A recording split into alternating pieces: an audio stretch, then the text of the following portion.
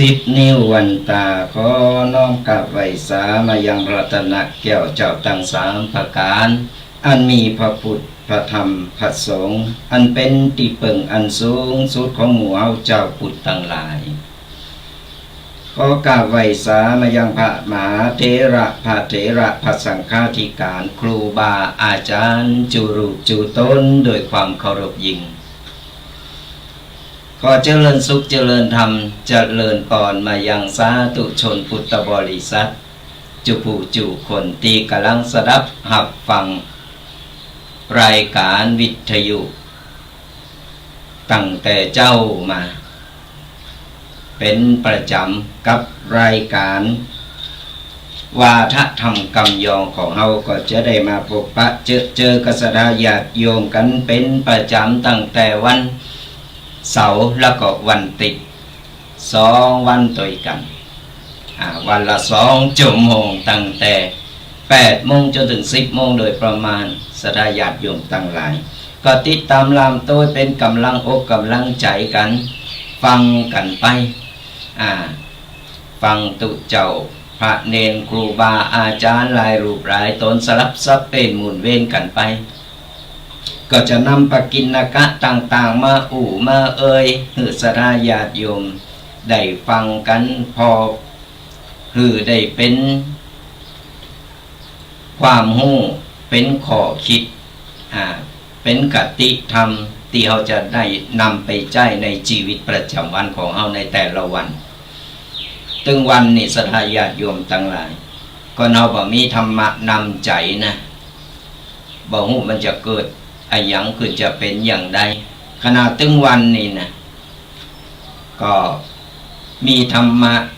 คอยขัดเกลาจิตใจแต่ก็ยังมีหลายคนตีบัตรนำไปปฏิบัติกันสุดท้ายมาก็เป็นเรื่องเป็นเล่ามีเป็นเรื่องใหญ่เรื่องโตกันไปอย่างที่เป็นข่าวกันตึงวันนี้อาตมาภาพก็พอข่าวตึงวันนะพอก่อนจะนอนนี่พอข่าวว่าโลกภายนอกมันเป็นอย่างใดกันพอแล้วก็หดหูใจศรัทธาญาติโยมทั้งหลาย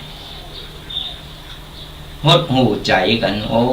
ยมันถึงอย่างที่ศรัทธาญาติโยมอีพ่ออีแม่ได้พอกันนั่นข่าวการข่าการฟันต่อข่าลูกข่าแม่สารพัดสารเพ พอแล้วศีลธรรมประจำใจมันไปทางใดกันหมดละละอ่อนก็บาเดียวนี่12 13 14นี่มันถึงเอาละมันเร็วไปหมดเพิ่นว่ายุคนี้ยุค 5G หยังมันก็โลดเร็วไปหมดเฮานึกบ่ถึงมาย้อนพอสมัยเฮาเป็นละอ่อนกันเนี่ย14 15นี่เยอะบ่ฮู้เลิงฮู้ลาวหยัง มาสมัยบาเดียวนี่โทธรรมโมสังโฆพอข่าวเถอะพอแล้วก็หดหูใจ ก็ไปมีลูกมีหลานมีเหลนอย่าได้ก็ตามก็พยายามดูแลช่วงนี้ก็ไก่ที่จะเป็นงานสนุกสนานลื่นเริงกันแล้วก็คืองานวันสงกรานต์ใกล้มาถึงหรือว่าปีใหม่เมืองบ้านเฮานี่แหละก็ใกล้จะมาถึงกันแล้วทีนี้ก็ลูกหลานโปรดโทธรรมโมสังโฆประเดี๋ยวเริ่มแล้วเนอะเริ่มย่อมผมกันสีนั่นสีนี่ต่างๆนาแต่งรถกันพองยังพองเบิ่นบ้านหันแล้วอิจใจคนที่มีลูกมีหลานกำลังเป็นวัยรุ่นนี่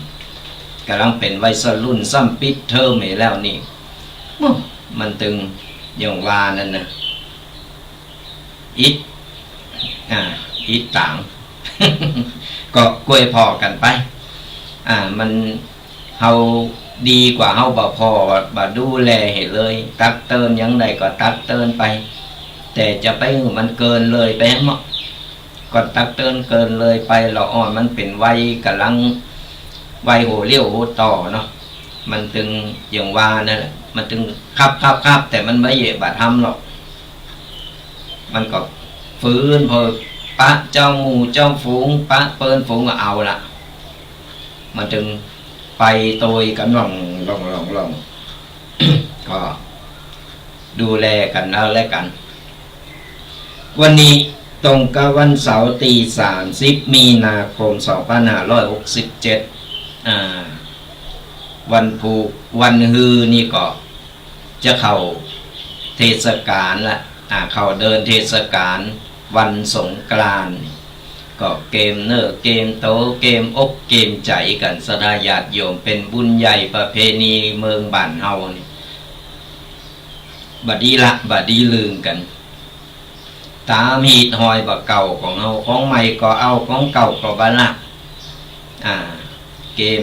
แปลงจิตแปลงใจมัน สดใสอันไหนที่มันบดีอันไหนที่มันควรละวางควางไปก็เอาควางไป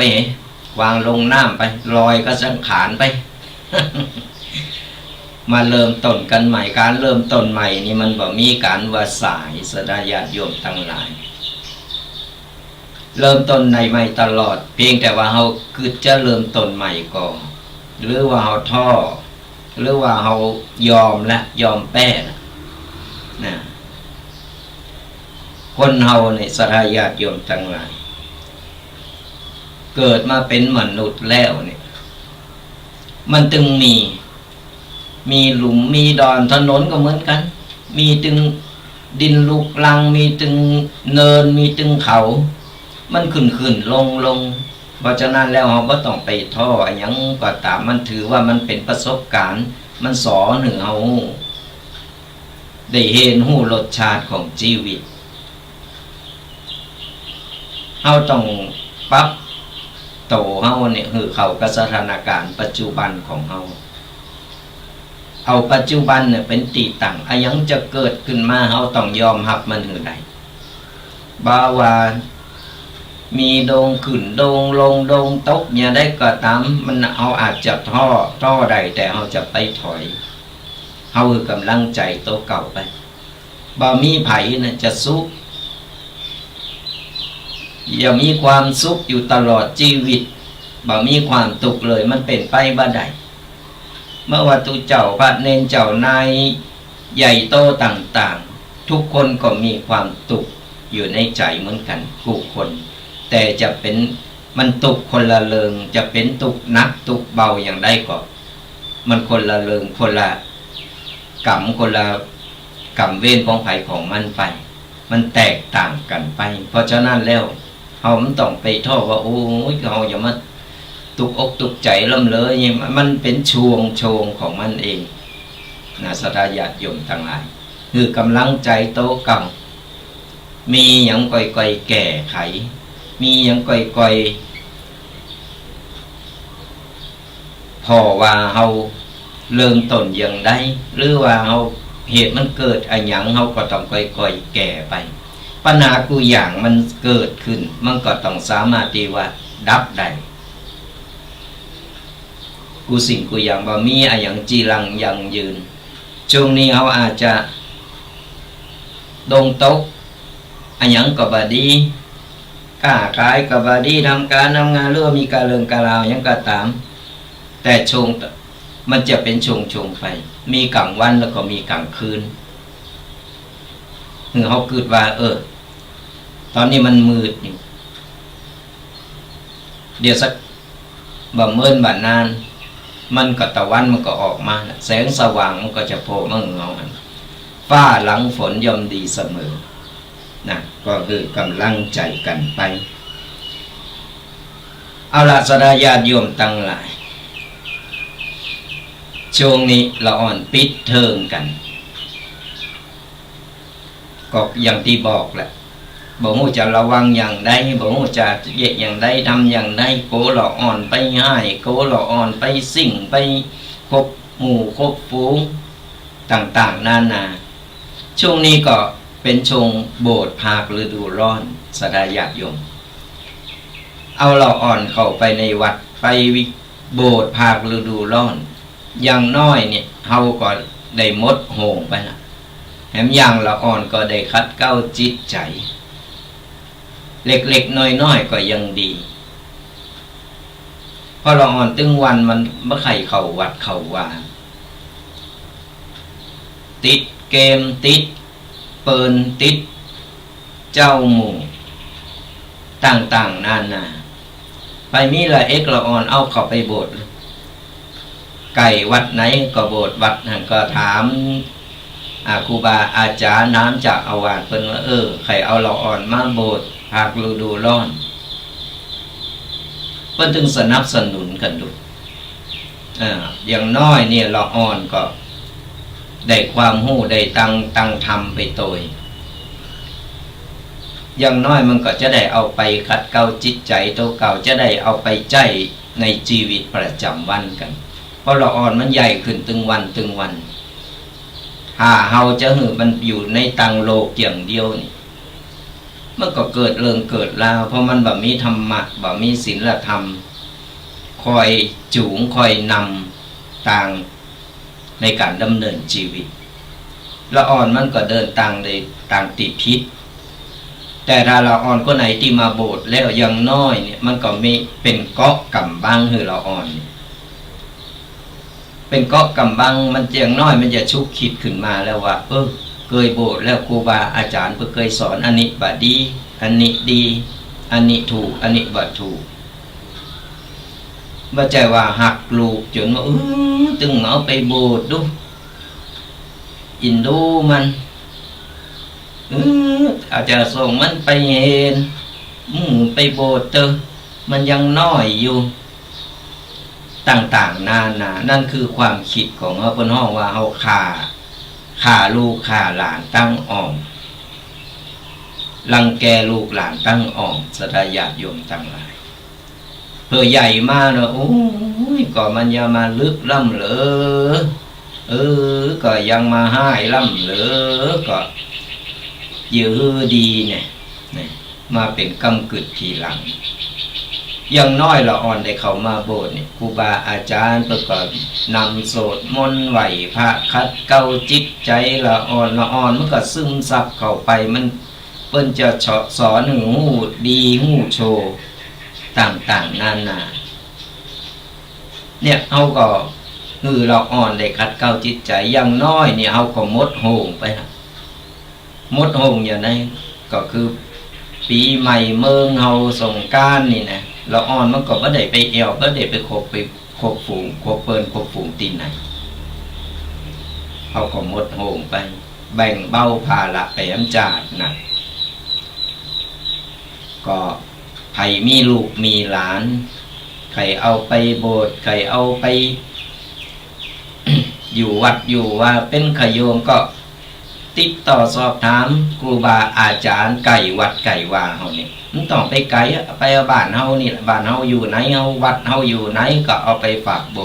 สถ์ภาคฤดูร้อนก่อนวัดเฮาเพิ่นบ่มีโบสถ์เนอะใครเอาไปโบสถ์ตามสถานที่หรือโครงการต่างๆที่เพิ่นมีโครงการโบสถ์ภาคฤดูร้อนเฮาก็เอาไปฝากโบสถ์ได้ยังตะวานี่ที่วัดพระพุทธบาทตากผาจังหวัดละปูนของเฮานี่ก็ได้มีการโบสถ์แห่ลูกแก้วขี่ม้ากันโอ้ยเปิ่นโมนเป็นงานสถาญาติโยมต่างหลายคนอุ่นหนาฟ้าคังกันมาหลั่งไหลกันมาแถวปุ่นบนดอยปุ่นเปิ้นก็หลั่งไหลเอาลูกเอาหลานมาโบสถ์กันก็เพื่อว่าเปิ้นหันคุณค่าของพระพุทธศาสนาของเฮาเพราะละอ่อนจะได้เป็นนอนเนอร์ของพระพุทธศาสนาได้เห็นหู้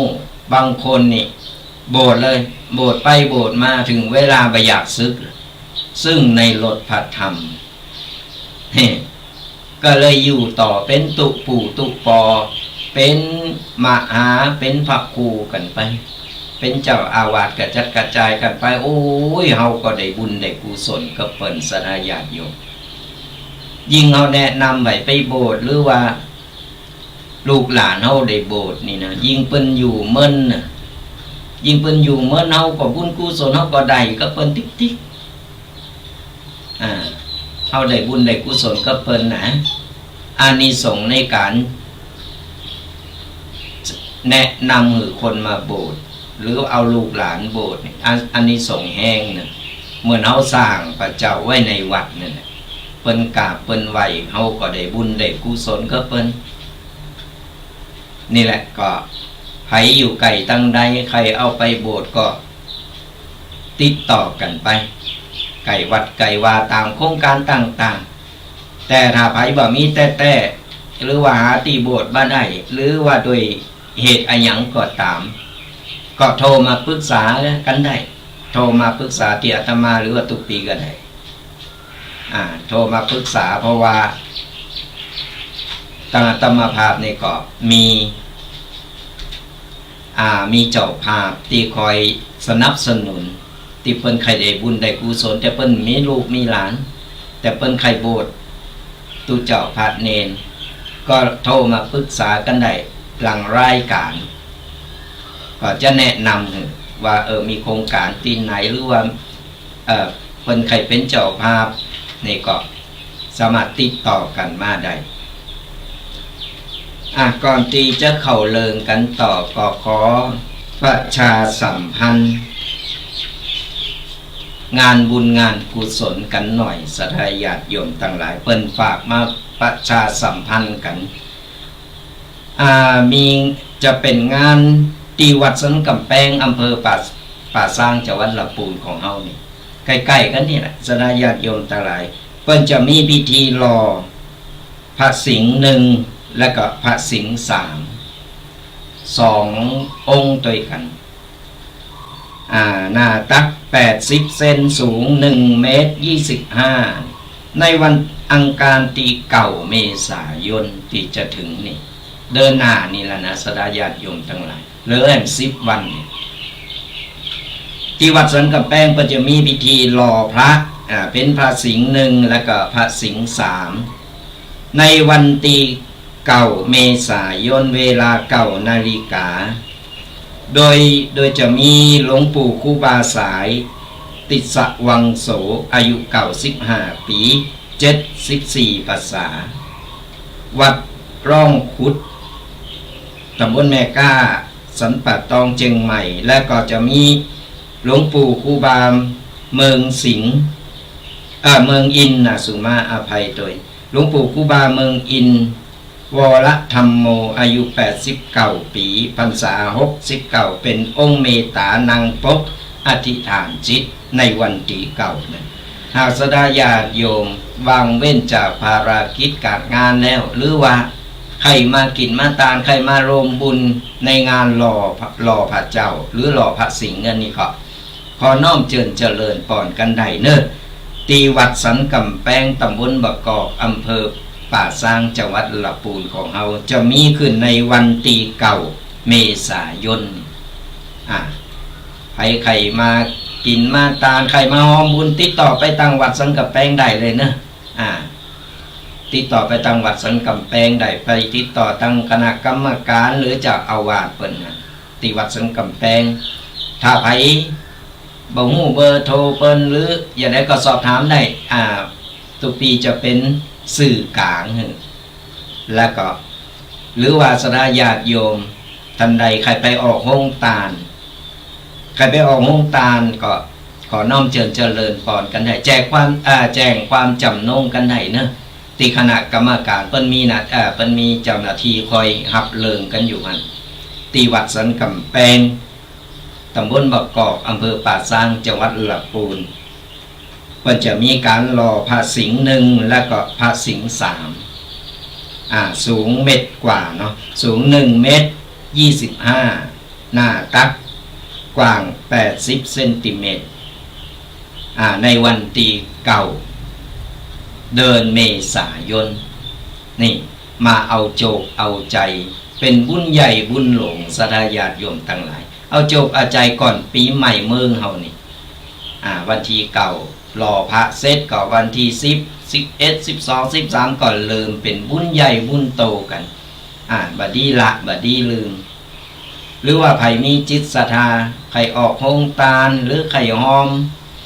ใครให้ไข่หอมมาบ่ได้ก็เดี๋ยวท้ายรายการก็จะหือเบอร์โทรของเจ้าอาวาสเปิ้นหรือว่าทางคณะกรรมการเปิ้นกำหนึ่งเนาะก็อันนี้แจ้งมาศรัทธาญาติโยมได้ทราบได้ฮู้จะได้ว่าตกบุญกันก็จะได้มาลงบุญกันไปอยู่บ้านไกลบ้านหิมหรือบ้านไกลก็ตามใครกินไข่ตาลไข่หอมไข่ออกห้องตาลแจ้งความจำนงกันได้ติดต่อไปทางที่วัดสันกำแพงวัดสันกำแพงตำบลบะกอกอำเภอป่าสร้างจังหวัดลำพูนอยู่ใกล้ๆวัดบะกอกนี่แหละ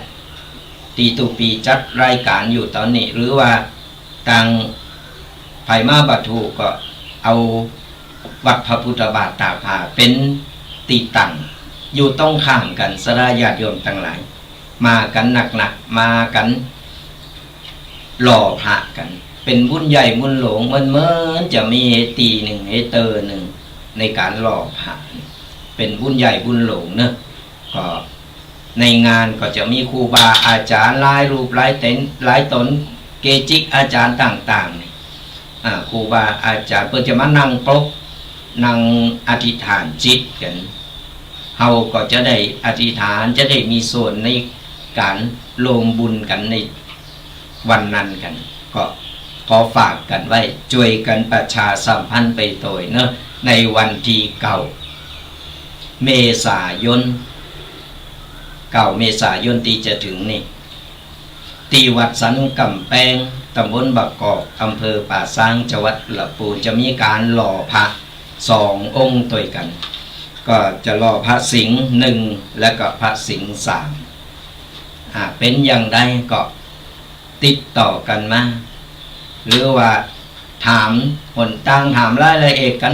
1 หลังไม้ก็ได้นะตีเบอร์โทรของตุกปีก็ได้ก็จะเป็นสื่อกลางก็ประชาสัมพันธ์กันไปเอาละสระญาติโยมทั้งหลายก็อู่ไปอู่มาก็เวลาก็เริ่มลงไปติ๊กเฮาก็วันนี้จะได้นำเอาปกิณณกะเกี่ยวกับธรรมะสอนใจเอามาอู่มาศรัทธาญาติโยมได้ฟังกันอย่างน้อยก็เป็นข้อคิดเป็นคติธรรมอันใดที่มันเดียวก็ก้อนใกล้เอาไปในการที่จะเอาไปปรับใจในการดำเนินชีวิตของเฮาในแต่ละวันเนี่ยมันบ่มีอะไรอย่างเต็งแต่แน่นอนศรัทธาญาติโยมทั้งหลายในแต่ละวันเฮาบ่ฮู้หรอกเฮาตื่นมาปุ๊บเฮาบ่ฮู้ว่าวันนี้เฮาจะเจอกับอะไรอย่างเฮาจะเจอสิ่งร้ายสิ่งดีอะไรอย่างพองนี่เฮาบ่ฮู้เฮาบ่สามารถที่จะคาดการณ์ได้เพราะฉะนั้นนี่เฮาต้องมีสติและก็มีความพร้อมอยู่เสมอบ่ประมาทในการใช้ชีวิตวันนี้จะเอาธรรมะสอนใจมีถึงหมดอยู่11 ข้อศรัทธาญาติโยมทั้งหลายธรรมะสอนใจยึดเหนี่ยวจิตใจในวันที่เฮาล้มและเฮาต้องลุกขึ้นสู้มีอะไรอย่างพองข้อที่ 1นี่ศรัทธาญาติโยมเพิ่นว่าจะไปคิดว่าโตเฮานี่สำคัญจะไปยกตนนี่ว่าสูงหรือเหนือคนอื่นเพิ่นคือเฮาเพราะว่าเฮาจะเป็นคนใหญ่คนโตคนมีตำแหน่งมีอำนาจอะไรอย่างก็ตามคือเฮาทำโตเป็นคนปกติธรรมดาเนี่ยเป็นคนปกติธรรมดาบ่ใช่ว่ามียศมีอย่างแล้วทีนี้อยู่สูงเหลือเกินคนเฮาเป็นมนุษย์เหมือนกันศรัทธาญาติโยมเป็นมนุษย์เหมือนกันกินข้าวเหมือนกัน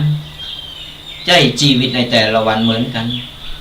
เฮาไปไหนเฮาก็เตียวไปเฮาก็นั่งรถไป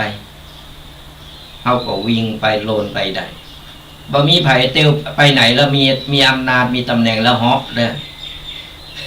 ขณะตู้เจ้ายังเหาะบ่ได้จะไปหลงโตเก่าล่ำทำโตเป็นคนธรรมดาเพราะว่าเฮาจะมียศตำแหน่งยังก็ตามเพราะอันอย่างในมือยิงเฮายิงสูงเฮายิงต้องทำโตเป็นคนปกติคนจะได้หักได้หงคนจะได้มีความเคารพนับถือคนเคารพนับถือในการที่เฮาวางโตเฮาทำโตปฏิบัติโตของเฮาไม่ต้องไปโอดไปบ่ายดบ่ายางโอดหู้โอดดีโอดรักเลิกเปิด เลิกเปิดเลยสุมาไปเนี่ยเปิ้นว่าเฮาทำโตเป็นคนธรรมดาปกติธรรมดานี่แหละแล้วเฮาก็จะไปไหนมาไหนจะเป็นคนตีหน้าเก่งขังเปิ้นเก่งในหยัง เก่งในการวางตัวในกิริยาท่าทางในจริยธรรมในการที่เราได้ทำมาว่าใจมีอำนาจแล้วไปด่าไปว่าไปอยู่เหนือเปิ้นเหนือโหคนอื่นเปิ้นอย่างอันเนี่ยมีกับคนสาบแจงบ่มีการเจริญบ่มีความเจริญก้าวหน้าว่าเราจะรวยจะดีจะเด่นจะดังอย่างก็ตามเราทำโตปกติเรานึกเสมอว่าเราก็คือมนุษย์เหมือนกันเพียงแต่ว่าเรามีโอกาสดีหรือเปิ้นหน่อยเท่านั้นเขาต้องไปยิงยโสโอหังเกินไปมันทำมือก้าวสร้างศัตรูไปในโตข้อที่สองความโกรธกูคนมันมีอยู่แล้วสดาญาณโยมโกรธหนักโกรธน้อยอย่างใดก็ความโกรธก็คือความโกรธแต่ถ้าเฮารู้จักฝึกในการระงับสติอารมณ์ตัวเก่ามันฝึกบ่อยๆความโกรธมันก็จะเบาบางลงไปอันยังก็ตามก็เราได้ฝึกได้เห็นรู้ได้ทำมันจะเกิดความเคยชินเพราะอันยังความโกรธมันบัดห้ามือไผได้ดีขึ้นมามีแต่จะมีเริงมีลาวเป็นเริงเป็นเล่าขึ้นมายิ่งตอนนี้อากาศร้อนๆพอข่าวตะวานี่เหมือนกันขับรถเฉี่ยวกันหน่อยหนึ่งเอาไม้ไล่ตีกันเอามีดไล่แทงกันเพราะอย่างควบคุมอารมณ์ตัวเก่าก็ได้เพราะความโกรธความโมโหใจอารมณ์กันเป็นส่วนใหญ่ก็เอาใจอารมณ์นำหน้ามันก็บรรลัยอย่างเดียวบรรลัยอย่างไรเสียเงินเสียทองขึ้นลงขึ้นศาลเป็นเรื่องเป็นเล่าเสเวลำเวลาเราฝึกความโกรธพยายามทำใจนิ่งๆพยายามฝึกนึกถึงสิ่งดีๆนึกถึงพระธรรมคำสอนนึกถึงครูบาอาจารย์ที่เพิ่นได้ได้ได้สอนครูบาอาจารย์เพิ่นว่าเฮาเนี่ยระงับความโกรธโดยความนิ่งหรือเดินหนีไปสักพักหนึ่งความโกรธมันก็จะเบาบางหายไปเพราะฉะนั้นแล้วเนี่ยความโกรธนี่สำคัญยิ่งหนาห้อนๆเนี่ยจะไปใจอารมณ์กันพยายามระงับความโกรธความโมโหกันเอาไว้พอต่อไปเวลาที่เฮาบ่มีอันหยังเป็นของเฮานั่นแหละเป็นเวลาที่มีความสุขที่สุดตาหันก็ตัณหาสทายาโยมตาหันตัณหาหันเปิ้นใดอันนั้นก็ใครใดหันเปิ้นมีอันนี้ก็ใครมีก็เปิ้นความอยากใดอยากมีแล้วไปทำมือเฮาเนี่ยเป็นตุกอย่างไรบ่มีก็ไปหิไปหาไปสอบไปยิบไปยืมเอาเป็นหนี้เป็นสินเฮามีตามที่เฮาพอมีเฮามีเฮาใจในที่เฮามีอยู่แบบพอเพียงมันต้องไปโลนตอยเปิ้นหรอกเปิ้นถูกหวยแล้ววันที่หนึ่งเป็นโจกของเปิ้นบุญเก่าเปิ้นจวยก็เฮาคือตะอีกเฮาก็สบายใจก็เราไปโลนตอยเปิ้นงวดหน้าต้องเอานักงวดนี้พิษไปแต้มเดียวจะถูกรางวัลที่หนึ่งงวดหน้าต้องซื้อเพิ่มก็ไปแหมเกิดความโลภกูสิ่งกูอย่างมันมีตีมาตีไปสทายาติโยมทั้งหลายแต่ที่แน่ๆนั่นคือเฮาอยู่อย่างพอเพียง อยู่อย่างสมถะของเฮานี่ชีวิตเฮาก็มีความสุขเพราะมันต้องไปดิ้นรนต้องไปโลนโตยไผมีอะหยังก็ใจอันนั้นไปก็บ่จำเป็นเฮาก็บ่ต้องเอามามันนอกเหนือจากการที่การใช้จ่ายของเฮาก่อนอันเราต้องไปหาเอาเงินเอาทองมาซื้อมาหาดิ้นรนมาเอาอยู่อย่างพอเพลงของเขามีความสุขในครอบครัวของเขาก็พอแล้วต่อไปสัตว์อื่นปรุงแต่งใจเป็นบาปบ่ได้แต่มนุษย์คนเฮาชอบปรุงแต่งจิตใจตัวก็ชอบปรุงแต่งจนกลายเป็นบาปไปแล้วก็มีอย่างสัตว์เดรัจฉานหมูหมากาไก่ต่างๆมันปรุงแต่งยังไม่ได้หรอกมันอยู่ตามธรรมชาติของมันนั่นแต่มนุษย์ของเฮานี่มนุษย์คนเฮานี่ชอบปรุงแต่งเอาอุ้ยเพ้อฝันไปต่างๆหน้าแต่น่ะสังเกตพอตัวเคยได้อันนั้นเคยมีอันนี้ทำมีแล้วเราจะมีความสุขอย่างอันอย่างอีต่างๆนั่นคือเป็นว่าจิตปรุงแต่งจิตใจของมันปรุงแต่งไปเองแต่เราอยู่แบบธรรมดาเราแบบปรุงแต่งมันก็บ่เกินยังขึ้นนั้นตัวเราก็อยู่แบบธรรมชาติของเราเหมือนหมูมากาไก่เพิ่นตื่นมาเพิ่นก็หากินนกก็บินเจ้ามันก็บินออกไปหากินนี่แรงก็ปีกไม้เข้ามาอยู่ในรังในหังมันก็มีความสุขของมันตามภาษาของมันคนเฮามันบ่อย่างอั้นสัทยะโยมเพิ่นผูกจะเอาอันหยังนี่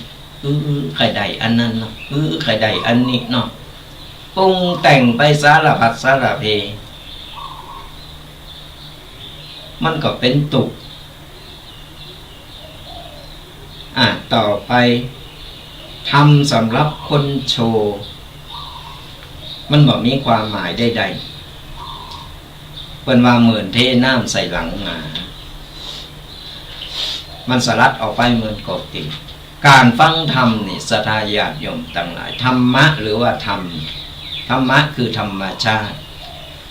การที่เราฟังธรรมอย่างที่บอกนะหลายครั้งหลายคราแล้วว่าการฟังธรรมะนี่ศรัทธาญาติโยมไม่ใช่ฟังแล้วก็แล้วไปฟังแล้วการที่เราไปนั่งฟังธรรมตามงานศพงานสาตามตีต่างๆก็ตาม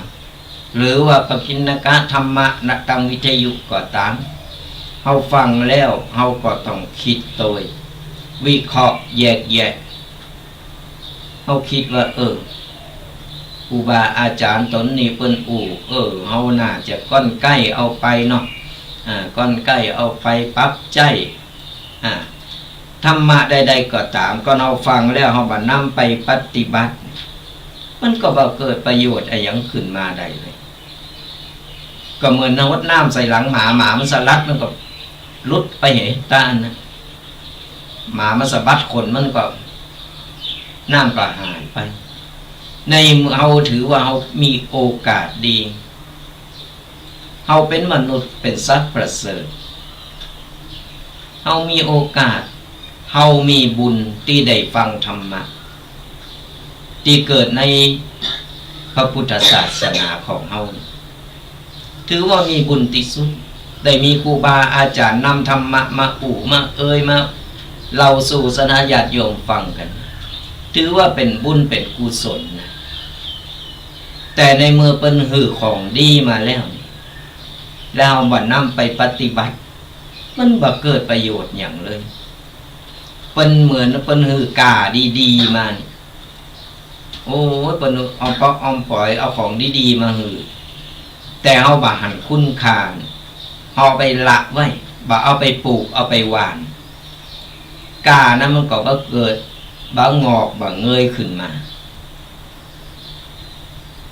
เหมือนกันฟังธรรมะก่อนเฮาได้ฟังเฮาก้อนใกล้เอา กรรมดีๆอันใดดีๆเขาก็สามารถนำไปปรับใจในชีวิตของเขามันก็จะเกิดคุณค่าขึ้นมาชีวิตเขาก็จะเตียวแบบถูกทางบ่ผิดพลาดหรือว่าประมาทในการใช้ชีวิตของแต่ละวันข้อต่อไปสรญาติโยมทั้งหลาย เพิ่นว่าหูคนเฮาเนี่ยมีสองหูปากเนี่ยมีปากเดียวแสดงว่าเฮาเนี่ยต้องฟังหูหนักแล้วหูมันน้อย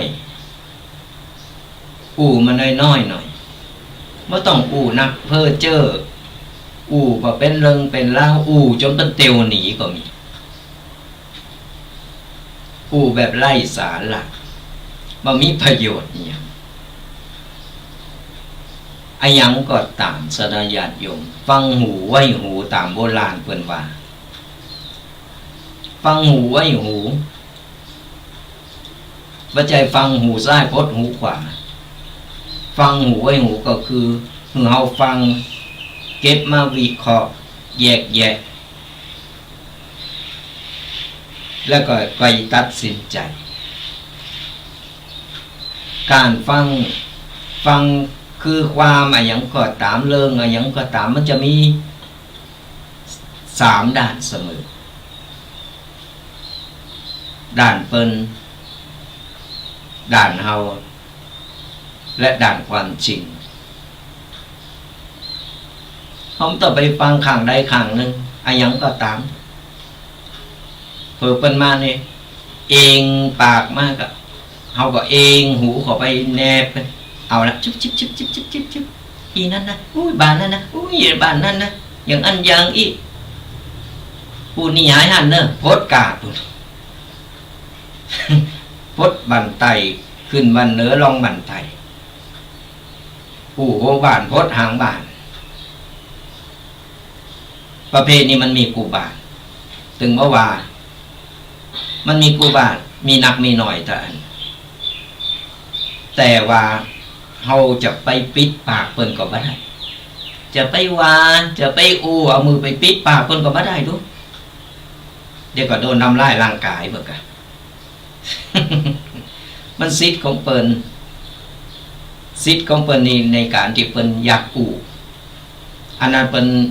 นหนึ่งมาปากเดียวแต่มันขยันปากบ่ได้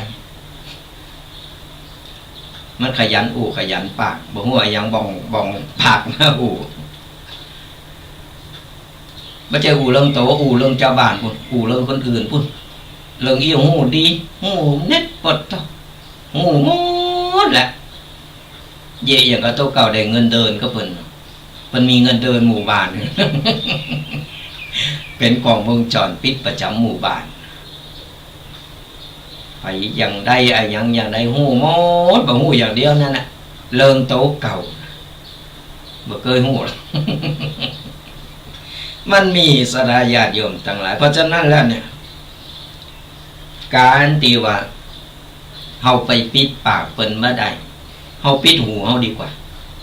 เปิ้นอย่างก็เฮาฟังแล้วมันบ่เข้าทางเฮาเตียวหนีก่อนอันก็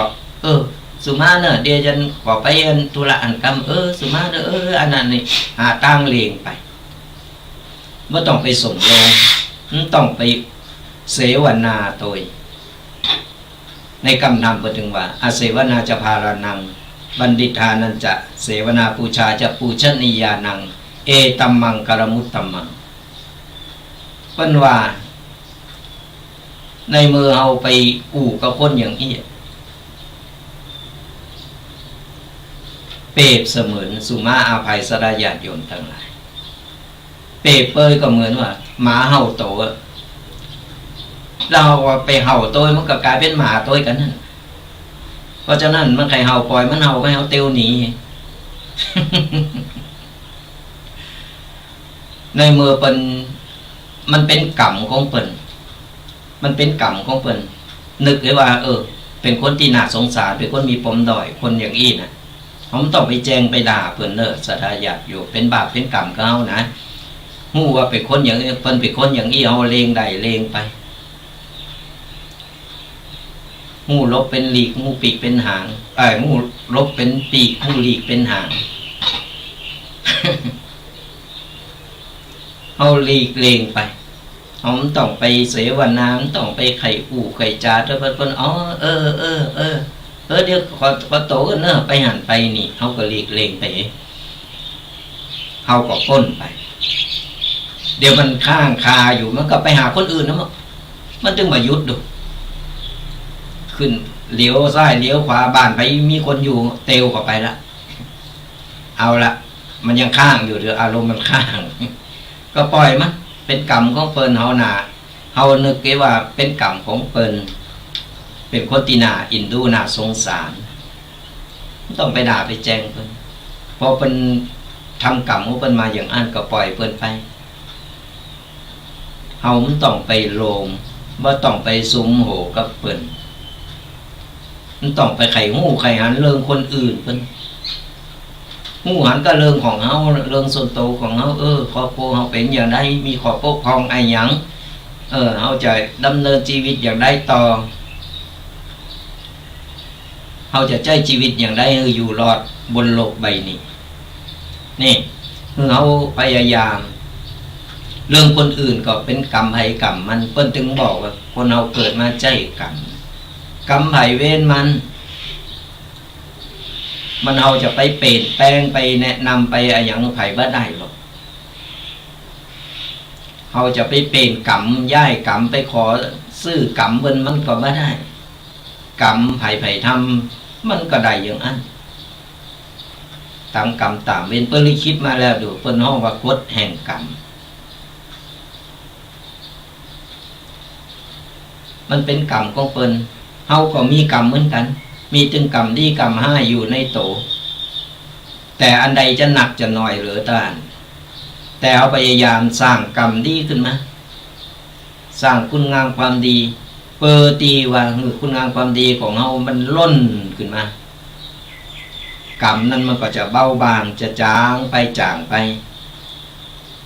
ก็จะหือมันแบบลบล้างหรือว่าไปแก้กรรมได้นะมันบ่มีหรอกมันมีไผแก่กรรมไผได้หรอกสดาญาติโยมทั้งหลายแต่ในมือบางคนเปิ้นไปทำเปิ้นแล้วสบายใจอันนั้นก็คือความสบายใจของเปิ้นแต่กรรมเวรนั้นมันมีไผไปลบล้างไปแก้ได้นอกจากโตเฮาเองก็เอาฮู้ว่าเป็นกรรมเป็นเวรเฮาเนี่ยฮู้แล้วฮู้ดีฮู้โชว์แล้วเฮาใจกรรมตอนนี้เฮาเป็นกรรมเป็นเวรเฮาก็มันทำบุญไปขอสู่มาลาโตดเจ้ากรรมนายเวรปันตีพิพาทไปเฮาก็ไปทำไปแก่อันนี้คือวิธีแก้กรรมของเฮาเองมันก็จะค่อยๆเบาบางลงไปแต่มันจะหายไปเลยมันแบบนี้แต่มันก็ยังจากนักเป็นเบาได้การแก้กรรมมันต้องแก้โดยตัวเองเฮาฮู้ว่าเฮาผิดพลาดอันนี้แล้วต่อไปเฮาบ่ทำนะนี่กรรมเพิ่นว่ากรรมก็คือการกระทำมันอยู่ที่โตเฮาคนอื่นจะมาแก้มาฮู้มาหันกับเฮาได้อย่างไรล่ะถ้าจะมาแก้กรรมของเฮามันเป็นไปบ่ได้นอกจากมันทำให้เฮาสบายใจได้เปาะหนึ่งเท่าอันแต่กรรมแท้ๆแล้วคือเฮาเป็นคนกระทำเฮาก็ต้องแก้เองกรรมไผเวรมันเนี่ยเพิ่นถึงบอกว่ามีหูสองหูฟังหือหนักมันน้อยๆการเหมือนกันสเปรย์ละอย่างนั้นคือกำมันไม่ได้ซื้อได้ขายแต่กำของเฮานี่มันคมนะสถาญาติอยู่ดีก็เป็นดีแก่โตให้ก็ให้กับโตนะมันเป็นดาบสองคมฆ่าคนก็ได้กำคนนี่สร้างคนก็ได้เพราะฉะนั้นกำของคนเฮานี่นะสดายญาติโยมเฮากึดก่อนข้างเฮากึดก่อนว่าเฮาไปแล้วเนี่ยมันเดือดร้อนไผก็มันสร้างความลำบากใจไผก็ไม่ใช่ว่าซักแต่ว่าจางเก่งอย่างเดียวนั่นแหละ อู่สปะสเปดอู่แบบไร้สาระจับใจความบ่ได้มันก็บ่เกิดประโยชน์หยังเสน้ำลายเปิ่งลมหายใจบ่ได้อู่ที่มันเป็นกิจจลักษณะอู่มันว่าบัดสร้างความเดือดร้อนหือเฮาบัดสร้างความเดือดร้อนหือคนอื่นเฮาคิดก่อนว่าเฮาอู่แล้วเนี่ยไปทำลายจิตใจไผก่อนี่มันใจเก็บบันไตไปอู่บันเหนือแล้วก็เพิ่นพิษโหกันอันนั้นคือเพิ่นฮ้องว่ายุแยงตะแคงโลกนั่นก็เป็นกรรมของเพิ่นพยายามอู่ก่อนจะอู่ทุกครั้งก็คือคิดก่อนอู่คิดก่อนแล้วค่อยพูดต่อไปอย่าหยุดตัวเองไว้กับความทุกข์จะไปปิดกั้นตัวเก่าคนเฮาส่วนมากในชอบปิดกั้นตัวเก่าเปิ้นว่าอย่าหยุดตัวเองไว้กับความทุกข์คุณมีสิทธิ์ที่จะมีความสุขไม่น้อยไปกว่าคนอื่นคนปิดกั้นตัวเก่าบางครั้งเนี่ยอย่างผิดพลาดไปหน่อยเมาแล้วท่อละถอยละเปิ้นฮ้องว่าปิดกั้นตัวเก่าเคยอู่หลายครั้งศรัทธาญาติโยมทั้งหลายว่าการที่เฮากู้คนเกิดมามีคุณค่าในโตอยู่เสมอกู้คนมีความสามารถในโตมีคุณค่าในโตจะไปสำคัญโตเก่าว่าโตเก่าปีปมด้อยโตเก่าบ่มีอะไรอย่างเหมือนคนอื่นเพิ่นคือคนเฮามันมีดีอย่างเสียอย่างเหมือนกันหมดบ่มีไผดีพร้อมไปหมดบ่มีไผเสียไปหมดกูอย่างไอ้ที่เสียแต่ก็มีข้อดีอยู่ไอ้ที่ดีแต่ก็มีข้อเสียอยู่เพราะฉะนั้นเราจะไปปิดกั้นโตกับอันนี้บ่ได้เฮาก็ต้องไปอันแอมอย่างนึงสลับจะเป็นหมุนเวียนจนกว่าเฮาจะค้นพบโตเก่าค้นพบโตตนของตัวเองเฮาจะไปปิดกั้นจะไปท่อหันเปิ้นเปิ้นทำงานดีเฮาเปิ้นมีหลักฐานเฮามีหยังเฮาจะไปสู่หยังเปิ้นได้เยอะอยู่คือมันบ่มีกำลังใจตัวเก่ามันก็ท้อเพิ่นฮ้องว่าปิดกั้นตัวเก่าเปิดโอกาสตัวเก่ากันเอาปมด้อยของเฮามาเป็นจุดเด่นเอาเปิ้นฮ้องว่าพลิกวิกฤตให้เป็นโอกาสอันหยังก็ตามผู้คนน่ะเฮานึกเสมอว่าเฮามีทุกอย่าง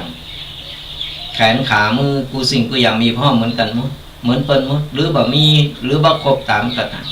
แต่จิตใจเฮาสู้เฮามีกำลังใจเฮาก็พยายามค้นหาตัวตนตัวเก่าแล้วก็เอาจุดเด่นที่เฮามีในโตนั้นออกมา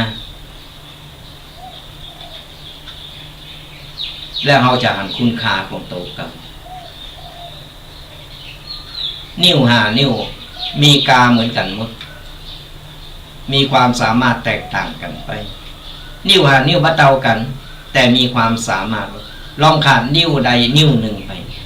ความรู้สึกนั้นมันก็จะหายไปเหมือนกันสระญาติโยมเพราะฉะนั้นแล้วถ้าเฮาเปิดโอกาสถือโตเก่า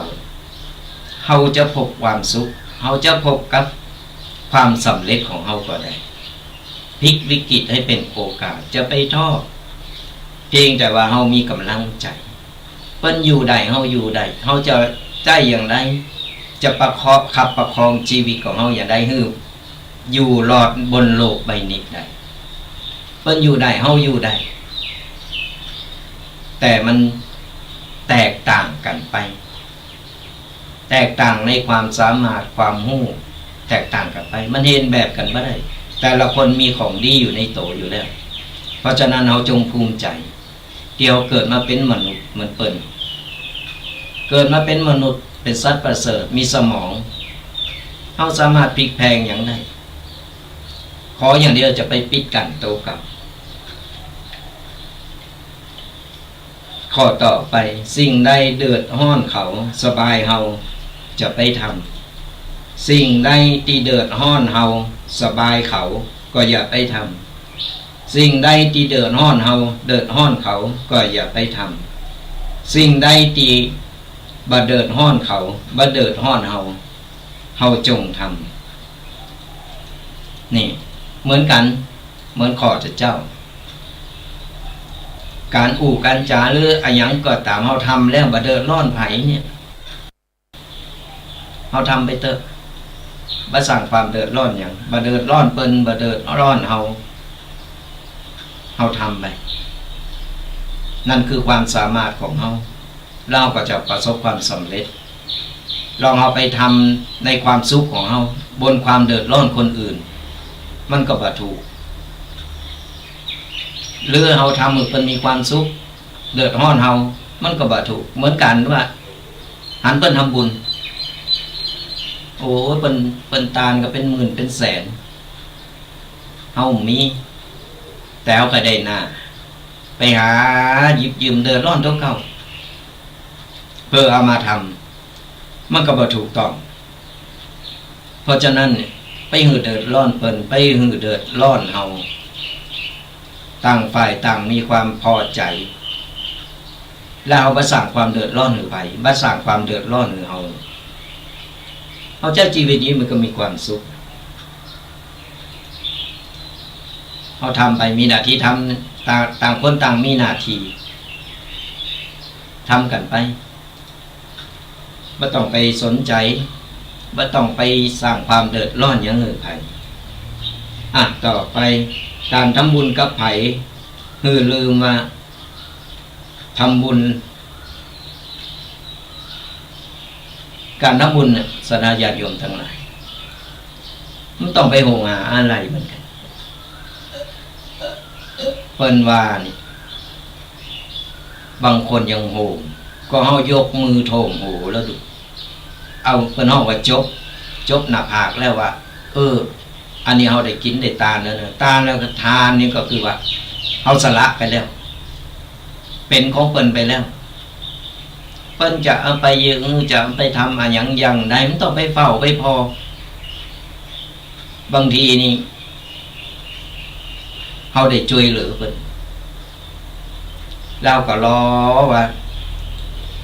เมื่อใดเปิ้นจะมาช่วยเฮาคือหว่านพืชหวังผลในต่างที่บ่ถูกคือการน้ำบุญการสละเฮาสละไปแล้วแต่เปิ้นจะนึกถึงบุญคุณเฮาหรือเปิ้นจะตอบแทนเฮาอย่างไรเฮาไม่ต้องไปรอเฮาสละไปแล้ว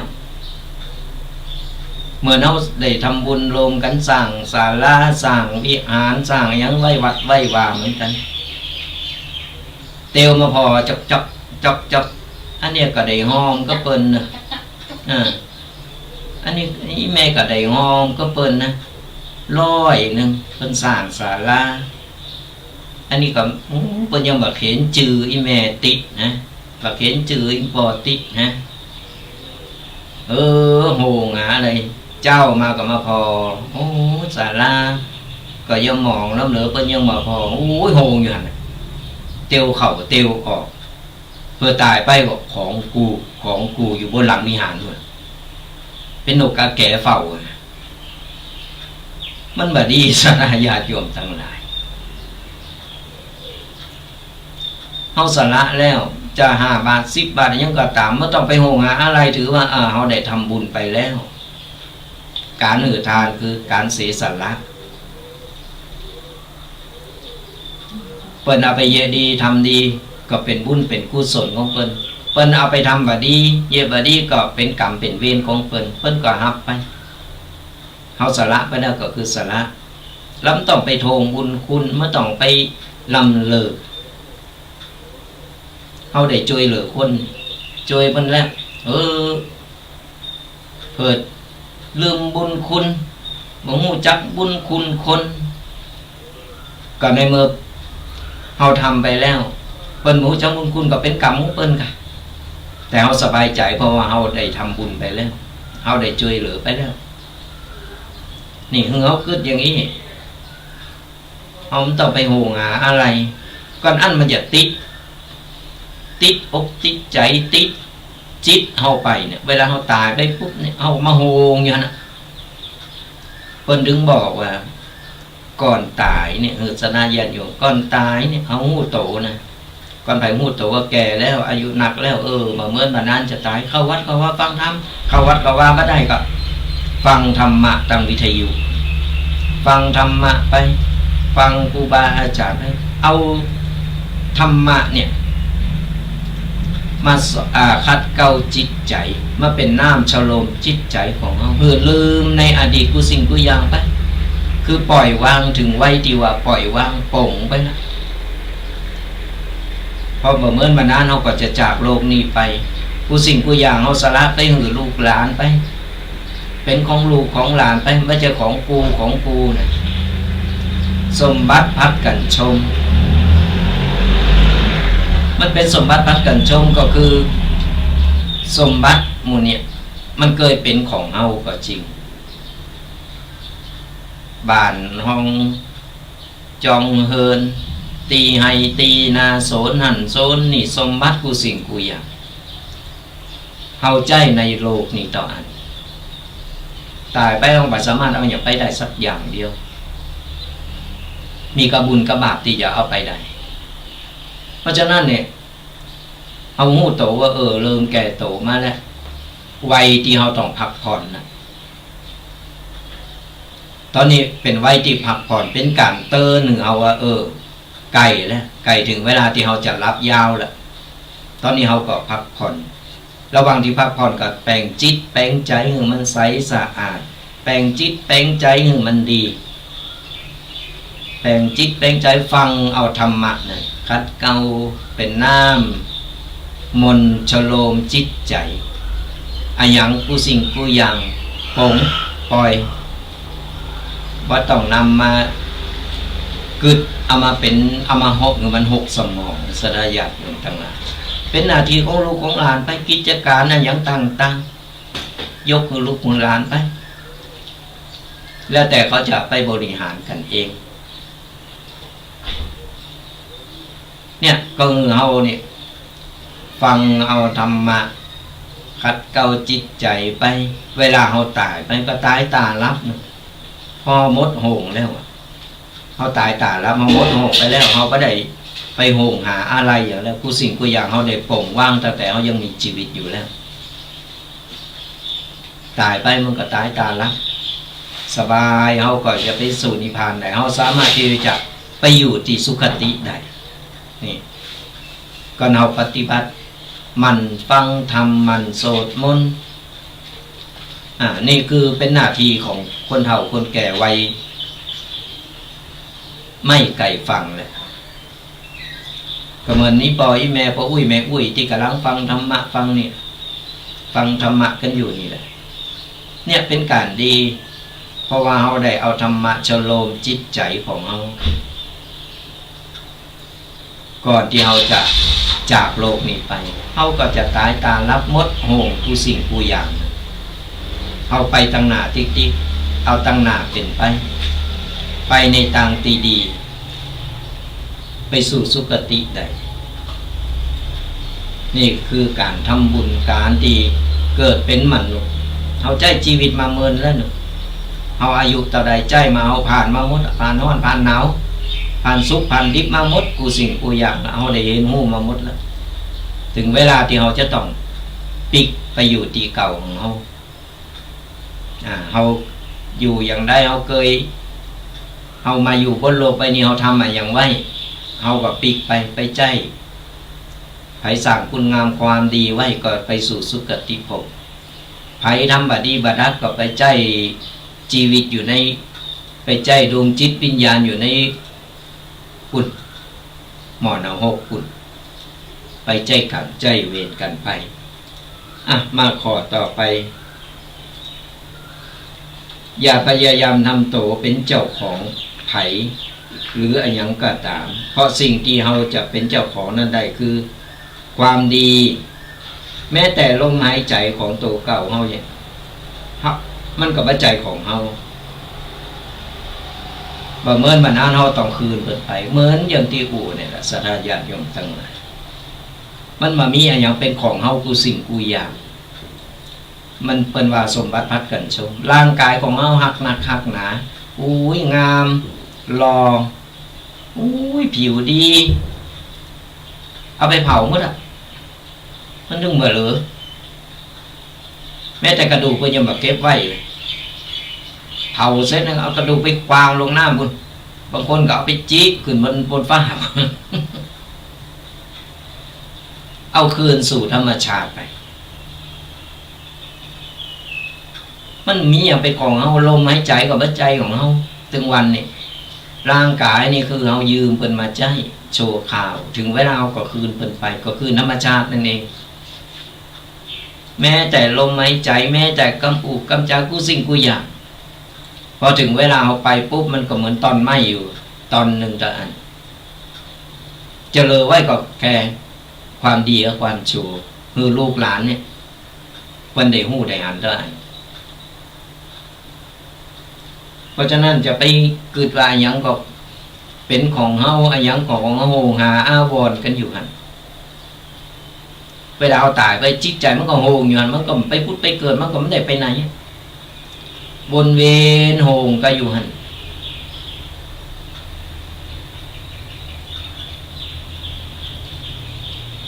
ถึงเวลาเฮาก็ต้องคืนเพิ่นไปกูสิ่งกูอย่างที่จะไปได้ก็คือจิตของเฮาแล้วก็คุณงามความดีหรือความโชว์ติดต่อเฮาไปต่อเนี่ยก็มาข้อสุดท้ายสดาญาติโยมทั้งหลายถ้าหัวใจเฮามันสกปรกมันยุ่งมันเหยิงมันวุ่นวายก็เฮานี่เอาธรรมะเป็นติเพิ่นถึงวันเนี่ยเพิ่นว่าจิตใจหรือจิตใจของเฮาเนี่ยมันซนเหมือนลิงซนเหมือนลิงอย่างนี้มันถึงวอกแวกมันถึงกึดหันกึดนี่นั่งตีเดียวนี่กึดไป108มันถึงสปะสูงอยู่ในหูบึดเรื่องบึดเรื่องบึดอันนั้นมาบึดอันนี้อันนั้นเข้าอันนี้ออกเนี่ยหันมันถึงศูนย์อันถ้าจะเปรียบไปก็เหมือนแกงโหกนั่นศรัทธาญาติโยมแต่น่ะจิตใจคนเฮาถึงวันในสมองยิ่งใหญ่ขึ้นมายิ่งแก่โตขึ้นมามันจึงมีการอันนั้นอันนี้อยู่ในสมองถึงได้บอกว่าเป็นบุญที่เฮาได้มีเกิดมาบนโลกใบนี้ได้เป็นมนุษย์เป็นบุญที่เฮาได้เกิดมาในศาสนาพุทธของเฮาเพราะอย่างเพราะว่าเฮามีธรรมะคอยชะล้างคอยคัดเกลาจิตใจของเฮาเราเฮาบ่มีธรรมะคอยชำระล้างคัดเกลาจิตใจของเฮามันถึงเต็มสมองเนาะโชคดีที่สดาญาติโยมอีพ่ออีแม่พ่ออุ้ยแม่อุ้ยทั้งหลายตีได้มานั่งฟังธรรมะเพราะอะไรอย่างได้ฟังธรรมะแล้วมันสบายใจเขาไม่ต้องไปกึดอย่างนั้นเขาได้สบายใจแล้วก็เขาได้หู้ว่าอ๋อสัจธรรมของคนเรามันมีเท่าอีกมันมีอย่าง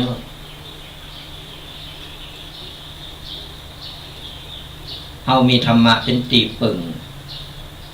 ก็เหมือนเขาอะไร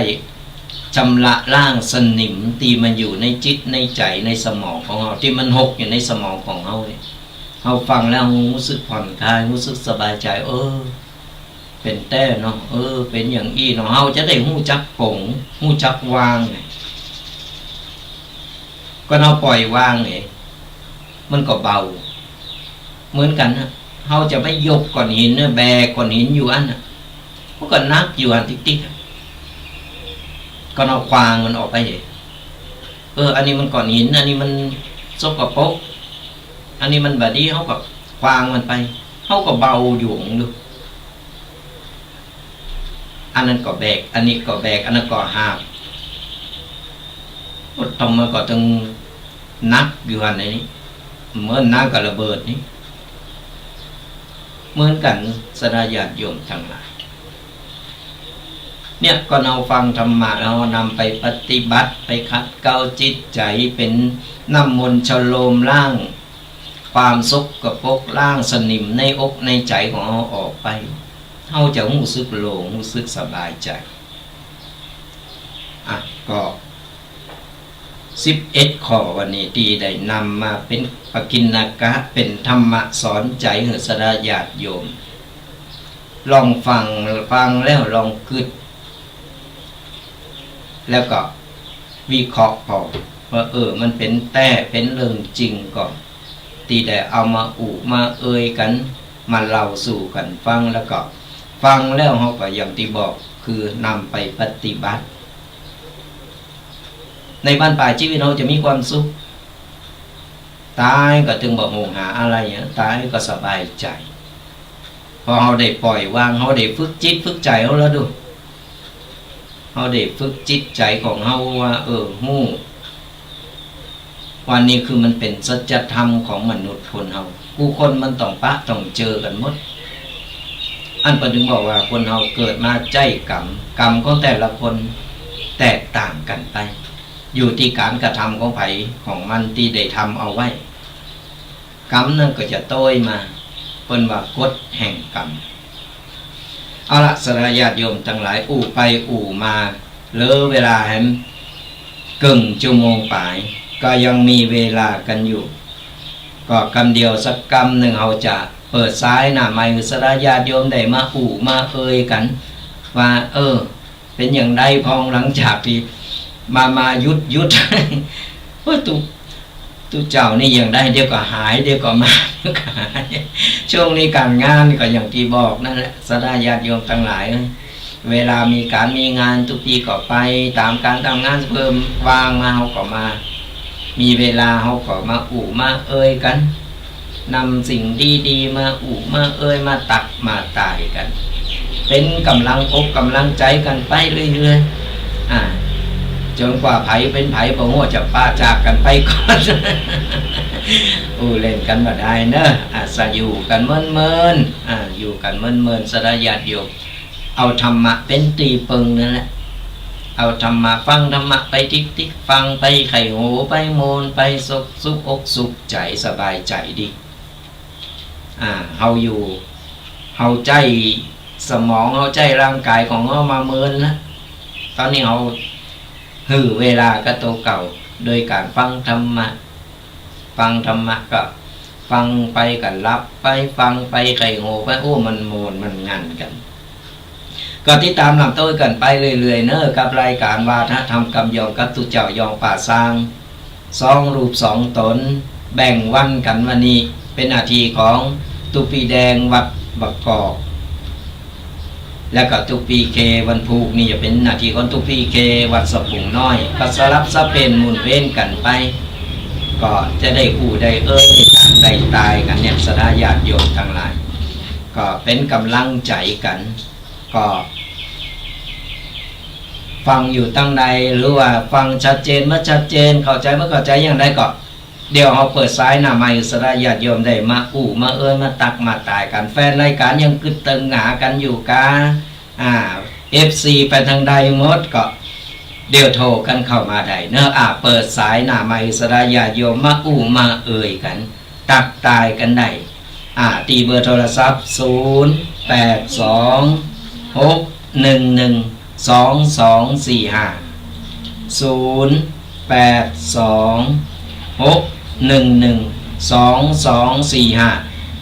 ามามาตักมาตายกันตอนนี้เปิดสายหน้าไมค์กันแล้วเนอะฟังอยู่ตั้งใดอากาศเป็นอย่างใดฮ้อนบ่ฮ้อน แต่ฮ้อนนี่ไม่ต้องถามว่าไผบอกว่าหนาวนี่ก็พิษต้องเอาไปญี่ปุ่นละเอาไปส่วนปรุง เนี่ยสดาญาติโยมทั้งหลายก็ติดตามลำต้นกันไปเป็นกำลังใจกันไปก็ขออนุโมทนาบุญกับสดาญาติโยมที่กดไลค์กดแชร์กดติดตามตั้ง Facebook ช่อง YouTube หรือไลน์กลุ่มต่างๆนี่ก็ตามก็กดไลค์กดแชร์กดติดตามกันไปการแชร์ธรรมะนี่ก็เป็นบุญมหาศาลเนอะสดาญาติโยมคนที่เปิ้นฮู้หรือบ่ฮู้เปิ้นก็จะได้ฮู้เปิ้นก็จะได้ฮู้ได้เข้าใจกันเจริญพรฮัลโหลเดี๋ยวกันเนอะเจริญพรโยมจูนเป็นไงมั่งเอ่ยวันนี้อากาศเป็นอำเภอเป็นจังหวัดเป็นงานท่านเสียก็ไม่ค่อยดีอ๋อเหรอเพราะว่าอากาศแรงมากเลยอากาศแรงมากเลยเนาะค่ะร้อนมากเลยวันนี้ไม่ใช่มันเป็นลายลูกเสียก็ไม่ค่อยดีใช่ตอนนี้ทางเชียงใหม่ยังมีฝุ่นอยู่เนาะค่ะโอ้ดูแลสุขภาพด้วยแล้วกันถ้าฝุ่นนี่มันจะทำให้แบบหายใจไม่ค่อยออกแล้วก็มันจะเสียงแหบเสียงแห้งเคยเป็นแล้ว เคยโดนแล้วดูแลสุขภาพกันนะเป็นกำลังใจกันนะพอนั่งกับข้าวไม่พร้อมเลยที่ตอนทำบุญไม่เป็นไรอิ่มอกอิ่มใจด้วยแม่ดีไม่มีกับข้าวชื่นใจแล้วอุ่นอกอุ่นใจดีไม่เป็นไรมันไม่อยู่ที่ของมันอยู่ที่จิตใจคนเนาะอนุโมทนาบุญนะขอให้บุญรักษาดูแลสุขภาพด้วยเจริญพรโทรกันเข้ามาเนอะ0826112245ก็กดไลค์กดแชร์กันไปเนอะสระญาติโยมที่ฟังรายการหรือว่าพอทาง Facebook ช่อง YouTube ก็ตามก็เปิ้นก็จะได้ฮู้ได้หันจะได้จากที่เปิ้นบ่ฮู้ก็จะได้ฮู้ขออนุญาตรับสายกันนะเจริญพรรายงานตัวแล้วนี่แฟนพันธุ์แท้มาแล้วเป็นได้วันนี้จะตั้งเชียงใหม่เป็นได้บ้างเชียงใหม่อากาศยังเหมือนเดิมค่ะฝุ่นเหมือนเดิมเนาะละปูนเนี่ย50 กว่าเองเลยละปูนนี่หายแล้วเนี่ยยังมีอยู่แต่ไม่มีหน่อยลงละปูนเชียงใหม่ยังมีอยู่เนาะมีแต่ปูนแต่ตายอยู่เจ้าดูแลสุขภาพได้เจอกันเนาะอาทิตย์ที่แล้วติดงานไม่ได้มาติดงานค่ะแม่ก็ติดงานค่ะแล้ววันนี้ก็ติดแต่พรุ่งนี้ก็คงติดอีกแล้วค่ะพรุ่งนี้เช้างานบ่ายงานค่ะงานแสดงวิธีการติดที่บรรหาพัดยศเนาะจ้าอนุโมทนาบุญเลยนะเป็นกำลังใจกันไปเนาะจ้าสาธุเป็นจ้าบุญรักษาฟังกับเปิดย้อนหลังฟังฟังย้อนหลังได้สาธุบุญรักษาโยมแม่สารกลางกับอนุโมทนาบุญใจเนอะแฟนฟันแต่ติดตามลามโต้ยกันไปโทรกันเข้ามาเนอะ0826112245เจริญพรตาตุเจ้าแดงแม่เขาไม่ได้หายไปไหนนี่ตุเจ้านั่นแหละหายตุเจ้าหายบ่อยก็มีเห็นมัดไปถึงไปนี่เนาะงานเยอะแม่ก็ไป4 งานก่อนเนาะเจ้าจะร้องพระธาตุก่อนจะร้องกาบอกใจเดี๋ยวเดินหน้ากว่างานได้มั้งเชียงใหม่เป็นเมืองท่องเที่ยวนะดีเลยตัวเลยอากาศแบบนี้เนาะก็ได้หลายคนก็บอกว่าอากาศเป็นหมอกเป็นควันกันเป็นหมอกเป็นควันแม่ว่าเกี่ยวกับรถนะรถมันนั่งนะไก่แล้วยิงไก่เทศกาลเนี่ยรถมันเข้ามานักดูไก่สันทรายแม่อยู่ทางสันทรายเท่มันขึ้นไปนะติดบอกว่าที่ใดติดมัดแม่จะบอกว่ากล้าขี่รถเครื่องดูถ้าขี่รถถีบไปกันดีละนี่มันยากมาข้ามถนนไปได้ตู้แม่ขี่รถถีบมีแฟนไปจุ่มข้ามเอาอย่างสาธุเป็นแฟนอยู่เนอะสาธุไปกำลังใจกันเตือนกันอยู่เนอะสาธุบุญรักษาดูแลสุขภาพตัวโทรกันเข้ามายังมีเวลาเหลืออยู่สระญาติโยมทั้งหลายเหลือเวลาครึ่งชั่วโมง เขาก็จะจะเอ้ยกันไปเลยขออนุโมทนาบุญเนอะกัสดาญาติโยมคุณแม่จันจรัสที่ฟังทางวิทยุ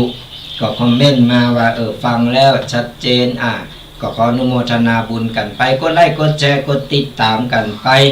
แล้วก็ติดตามรายการกันไปโดยเนื้อกับรายการว่าถ้าทำกำยองกระตุเจ้ายองป่าซางออกอากาศทุกๆวันเสาร์วันติดตั้งแต่เวลา 8 โมงจนถึง 10 โมงก็จะได้มามามาตักมาตายเป็นกำลังใจกันไปก็ฟังอยู่ตั้งใดฟังชัดเจนว่าชัดเจนอย่างไรก็แนะนำกันเข้ามาอากาศเป็นอย่างไรตั้งตอนนี้ตั้งสังกับแป้งแล้วก็ตั้งบ่อสร้างเนาะก็ยังแบบมาเตอไปฟังอยู่ก็รายงานกันเข้ามาเนื้อเขาก็จะได้รู้ว่าอากาศตั้งไรเป็นอย่างไรพองบางคนเพิ่นฟังวิทยุอยู่เพิ่นไข่ไปตั้งปุ่นเพิ่นก็จะได้รู้เด้ออากาศหรือว่ารถติดกับติดช่วงนี้มันจงไก่เทศกาลแล้วดูคนมันเริ่มทยอยเข้ามาตั้งเชียงใหม่ละปูนนี่นะหนักเพราะว่าเป็นตีท่องเที่ยว สุมาอภัยกันด้วยก็เป็นที่ท่องเที่ยวกับสมาธิว่าเฮาก็ต้องต้อนรับเป็นผู้รับที่ดีเฮาเพิ่นมาแอวมาเยี่ยมมาเยือนเพิ่นมาเฮาก็ดีใจเพิ่นจากไปเฮาก็กึดเติงหานี่ดีแล้วแขกแก้วมาเยือนเฮาก็ต้อนรับเป็นผู้ต้อนรับที่ดีบ่ใจไปทำลายคือมันเสภาพพจน์เสนี่ปฏิอาสเจริญปอนไม่ตาเจ้าโยมแมลีเป็นได้พองอากาศอบอ้าวมาอบอ้าวเนาะหายใจก็ไม่ออกก็เติมหาทุกปีเนอะเหมือนกันต่างคนต่างกับการงานหนักเนาะไม่หลวงแล้วมันเพียขึ้นหนาอย่างบรรลุละนั่นอาการเดียวก็ไก่งานนี่หมออย่าเดินหน้าเดียวมันจึง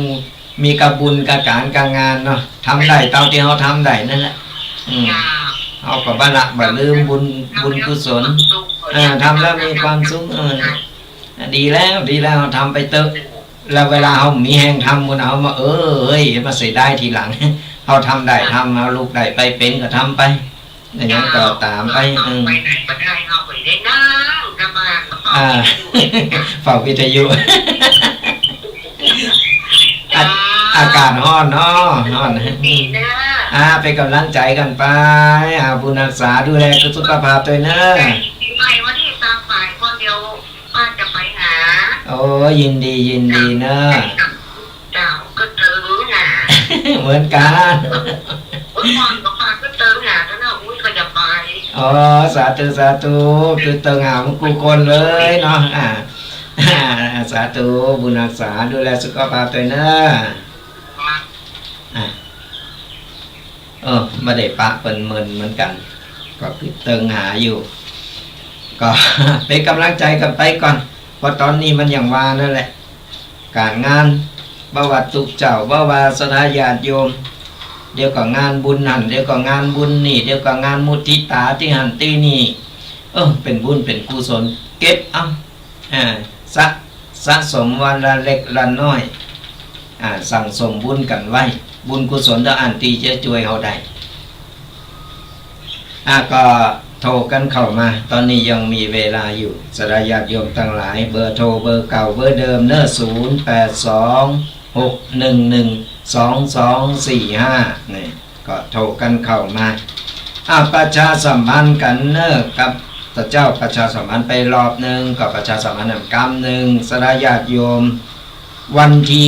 9 เมษายนที่จะถึงนี่ก่อนปีใหม่นี่สดาญาติโยมทั้งหลายตรงกับวันอังคารเนาะอังคารที่9 เมษายนนี่ที่วัดสันกำแพงตำบลบะกอกอำเภอป่าซางจังหวัดลำพูนของเรามีการพิธีหล่อพระเป็นหล่อพระสิงห์1แล้วก็พระสิงห์3เพื่อจะหล่อพระกันถ้ายังได้ก็ไผวางหรือไข่มาลงก็ขอน้อมเจริญปอนกันได้เนอะ เจริญพรอาจารย์อังโมครับคุณเจียนครับโอ้ยหายไปนานเนาะไม่หายแล้วผมใส่เฟซจะมาเกย์จะไม่ใส่อะไร681เนี่ยไม่ใช่611เนี่ยอ๋อไปใส่เบอร์ผิดอ๋อเหรอ6112245ใช่ผมไม่กด661เป็น666นะจำได้แล้วโอเคตอนนี้จำได้แล้วเนาะตอนนี้ติดแล้วเป็นไงอยู่ที่อะไรนะวัดมะกอกอยู่ไหนของอาจารย์เหรอก็อยู่ที่อำเภอป่าซางที่ติดกับวัดพระพุทธบาทตากฟ้าจังหวัดลำพูนอ๋อเมื่อก่อนเคยไปตอนลงอยู่ใกล้ๆกันนั่นแหละมาจัดมามูดาวมูจัดไงกิโลปฏิวัติใช่แต่ผมไม่ได้เข้านะอ๋อผมมาที่หลังมาที่มาแอลวะอ๋อมาแอลเนาะแกก็ถามผมว่ามาจากไหนแกถามผมนะก็จะตอบแกแล้วก็ถามอีกจะไปไหนมาจากไหนคือมาจากพบไหนแล้วก็มาจากไหนแล้วก็จะไปไหนผมก็ตอบไม่ถูกเลยใช่แต่มันมีความหมายนะมันมีความหมาย40 กว่าปีแล้วเนี่ยสาธุแล้วตอนนั้นยังเข้าปฏิวัติอยู่วัดต้นสนวัดอะไรนักประมาณ35อ๋อใช่แต่ช่วงนั้นผมไม่ได้มาปฏิวัติผมมาหลังติดท่านเป็นหลังนี่ใช่เป็นหลังทีนี้เข้าไปอยู่วัดจะมีเป็นหลังเลยได้เพราะให้อยู่เฉพาะเลยใช่หลายปีแล้วตอนนี้ก็ยังมีอยู่ตอนนี้ก็ยังมีอยู่ประมาณสัก30 แล้วตอนนี้ยังมีอยู่ตอนนี้มัน70 แล้วแล้วเป็นไงอากาศทางโน้นเป็นไงมั่งตอนนี้ก็ช่วยแล้วนะตอนเย็นเข้ามาคืนนี้ก็ไม่เท่าไหร่แล้วไม่ก็เท่าไหร่แล้วเนาะแล้วผมแช่ตอนรักแนวด้วยจังเหรอตอนรักแนวนี่มันลูกบนดอนวัดที่อาจารย์อยู่นี่เป็นบนดอยใช่ไหมชื่อเชิงดอยนะเชิงดอยชื่ออะไรนะแต่ก็ดอยนั่นแหละมันเชิงดอยเพราะว่ามันอยู่ข้างเขารอบๆเลยเขารอบๆแล้วบรรยากาศดีนะประมาณนี่2 โลประมาณนะเอามอเตอร์ไซค์ไปจอดอยู่ข้างนอกแล้วพี่ขับบินมาครับครับตอนนี้ก่อนอาจารย์มาตรการสาธุอะไรนะอาจารย์ชื่ออะไรพระอาจารย์ประพันธ์หรือว่าตุ๊ปีแดงก็ได้ง่ายๆผมไม่เห็นนะสาธุของไก่รอหรือขอสบโนเรียนกำลังจิตครับสาธุบุญรักษา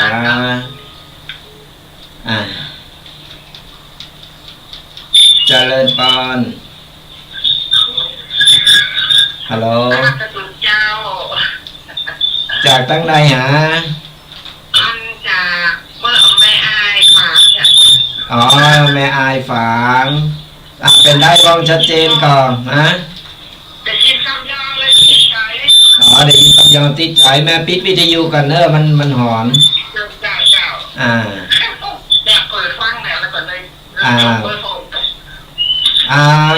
ยองที่ไหนก็ยองหวยเป็นได้วันนี้ฟังแล้วเป็นได้ฟังจังกินสติดีได้สติดีเนาะหูเล่นอยู่หูเล่นอยู่ยองปัสสาวะก็ยองหวยเป็นได้ใจอยู่ใกล้ๆพระบาทอยู่วัดหมู่กอกไหมอันนี้อยู่วัดสันต้นมือนะสันเพิ่งสันต้นมือสันต้นมือหวยเป็นคนหวยแล้วอยู่บ้านสันต้นมืออยู่ว่าเธอไม่อายแม่อายคุณเนาะได้ยินชัดเจนดีเลยชัดเจนเนาะฟังทางวิทยุ104เนาะวัดไตหินฟังปีอันนั่นบ่สว่างเป็นในเครือข่ายเพิ่นชัดเจนเนาะชัดเจนจ้ะถ้าคุณเป็นได้บ้างบรรยากาศมันก็เป็นฝุ่นเป็นหม้อเป็นหยัง ระวังระวังเลยมันหายใจไม่ค่อยออกนะมันกัดเคยปะแล้วกับปูนตอนนั้นเป็นแสบคอแสบแผลหลายอันหลายอย่างต้องดูแลสุขภาพนะแม่เนอะดูแลสุขภาพนะอยู่ก็มันอยู่ด้วยคนนั่งลิฟต์หลับปูนมีมัดบางตรงนี้นะน้องโบมีแถวสังหารหน่อยนั่งลิฟต์หน่อยนั่งลิฟต์ล้มอยู่ด้วยกันไม่มากโอ้เสียดายเนาะใครกันหลงก็ทางปูนนี่เบาตายเนาะก็ไปอู่ยองน้องปูนนี่แสดงว่าหมู่เดียวกันก็ตู้ตั้งมันนี่ก็ไปอยู่กับคุณล้ออ๋อกะอยู่บ้านน้ำดิบน้อยนะอยู่น้ำดิบน้อยอยู่บ้านโตนั่นน้ำโตน่ะอยู่บ้านโตต่อหนึ่งน้ำดิบน้อยต่อหนึ่งอยู่น้ำดิบน้อยโตน้ำดิบหลงน้ำดิบหลงอยู่ไกลๆกันเนี่ยกะปลาสร้างอะเนาะปลาสร้างเหมือนกัน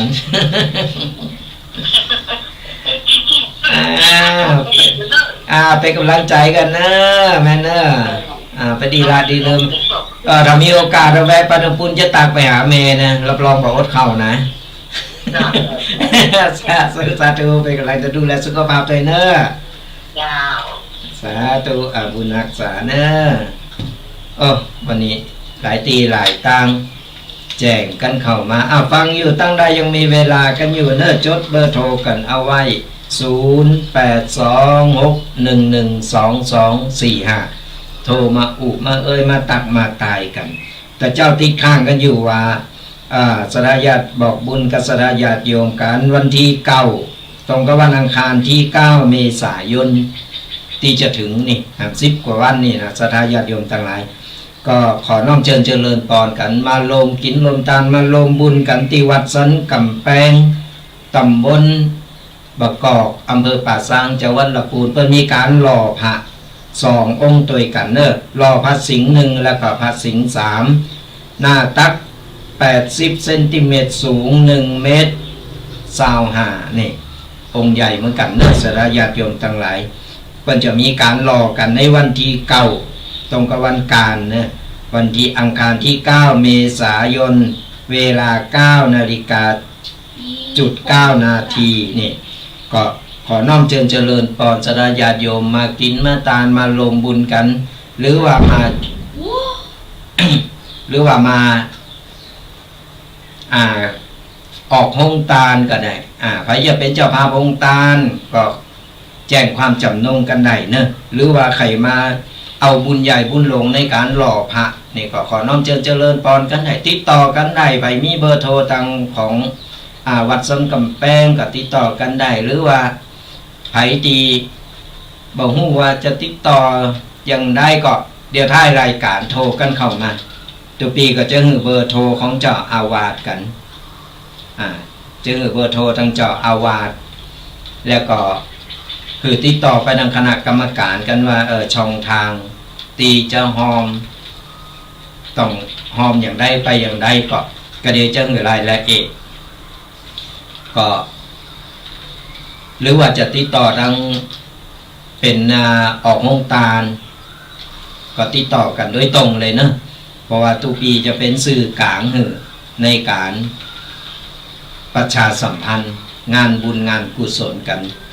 ก็ย้ำกันแหนมกรรมหนึ่งวันอังคารที่9เมษายน2567นี่ขอน้อมเชิญเจริญปอนสดาญาติโยมมาโฮมกินโฮมตาลในงานพิธีหล่อพระที่วัดสันกำแพงตำบลบกอกอำเภอป่าซางจังหวัดลำพูนก็จะมีการหล่อพระสิงห์1แล้วก็พระสิงห์3ก็จะมีครูบาอาจารย์พระเกจิอาจารย์หลายรูปหลายตนตีเปิดจะมานั่งปกอธิษฐานจิตกันหากสดาญาติโยมใครมาลงกินลงทานติดต่อกันเข้ามาบาทูก็โทรมาเบอร์นี้แหละ0826112245ก็จะได้บอกสถานที่หรือว่าอยู่ทางใดก็บ่ไกลสดาญาติโยมทั้งหลายวัดสันกำแพงก็อยู่ไกลๆก็วัดบกอกนี่แหละ เลยวันก่อไปก็เป็นวัดสันกำแพงอยู่ลักๆก็คือไปหู้จักวัดพระบาทตากผ้าวัดพระพุทธบาทตากผ้านี่ก็อยู่ตีเดียวกันไกลๆกันนี่แหละก็มากันได้เนอะมากันหนักๆมากันหลายๆมาเอาบุญใหญ่กันก่อนวันสงกรานต์หรือปีใหม่เมืองเฮานี่ก็จะได้บุญได้กุศลกันหนักๆเพราะว่าเป็นหน้าบุญเมืองบุญมาเอาบุญใหญ่กันเสร็จก็ปีใหม่เมืองเฮาต่อแหมเนี่ยก็จะได้มาโฮมกินโฮมตานกันก็ฝากประชาสัมพันธ์บอกกันต่อๆกันไปก็ขออนุโมทนาบุญกัสรญาติโยมจุผู้จุคนเนอะติกดไลค์กดแชร์กดติดตามคอมเมนต์มาทาง Facebook ต่างๆนี่ทุกปีก็จะไล่ตอบไล่อ่านไป